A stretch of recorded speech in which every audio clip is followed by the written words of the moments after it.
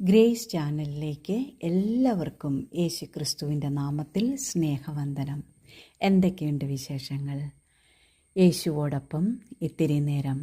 യോഹന്നാൻ എഴുതിയ സുവിശേഷം 14 അധ്യായം 6 ഞാൻ തന്നെ വഴിയും സത്യവും ജീവനുമാകുന്നു. ഞാൻ മുഖാന്തരമല്ലാതെ ആരും പിതാവിൻ്റെ അടുക്കൽ എത്തുന്നില്ല. ഇതൊരു വാഗ്ദത്തമാണ്.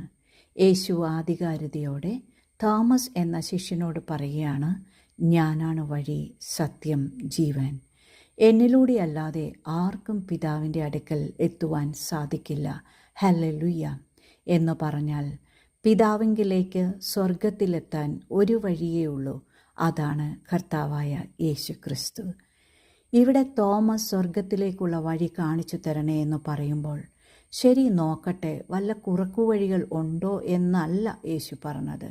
ഞാൻ തന്നെ വഴിയും സത്യവും ജീവനുമാകുന്നു. ഞാൻ മുഖാന്തിരമല്ലാതെ ആരും പിതാവിൻ്റെ അടുക്കൽ എത്തുന്നില്ല. തോമസിനോട് ഈ വാക്കുകൾ പറഞ്ഞ ശേഷം അതേ വൈകുന്നേരം യേശു അതിദുഃഖത്തോടെ മരണവേദനയിലായി. പിതാവിനോട് കഴിയുമെങ്കിൽ ഈ പാനപാത്രം എന്നിൽ നിന്ന് നീങ്ങിപ്പോകട്ടെ എന്ന് അപേക്ഷിച്ചു എന്ന് നാം വചനത്തിൽ വായിക്കുന്നു. യേശു എന്താണ് ചോദിച്ചത്?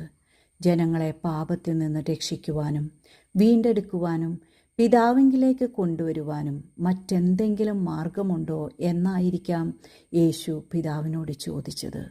അങ്ങനെ ക്രൂശു മരണത്തിൻ്റെ അതികഠിന വേദനയിൽ നിന്ന് രക്ഷപ്പെടുവാൻ യേശു അപേക്ഷിച്ചു.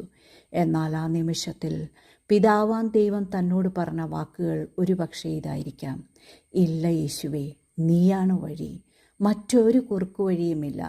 അത് കേട്ട യേശു തുറന്ന മനസ്സോടെ എന്നെയും നിങ്ങളെയും പിതാവിങ്കിലേക്ക് അടുപ്പിക്കുവാൻ, അബ്ബാ പിതാവേ എന്ന് വിളിച്ച് ഏതു സമയത്തും ദൈവത്തിങ്കിലേക്ക് അടുത്തു ചെല്ലുവാൻ, നമ്മുടെ പാപത്തെ കഴുകി നിത്യരക്ഷ ഉറപ്പാക്കുവാൻ തന്നെ ക്രൂശിലില്ലാതാക്കി. ഹല്ലേലൂയ! എന്നാൽ താൻ ക്രൂശിൽ ഒതുങ്ങിപ്പോയില്ല. റോമൻ മുദ്ര വെച്ച കല്ലറയെ പൊട്ടിച്ചുകൊണ്ട് 3-ാം ദിവസം ഉയർത്തെഴുന്നേറ്റ് എനിക്കും നിങ്ങൾക്കും വേണ്ടി പിതാവിൻ്റെ വലതുഭാഗത്ത് മധ്യസ്ഥത ചെയ്യുന്നു. ഹല്ലേലൂയ! അതുകൊണ്ട് വഴിയും സത്യവും ജീവനുമായി യേശുവിൽ വിശ്വസിക്കുക, ആശ്രയിക്കുക.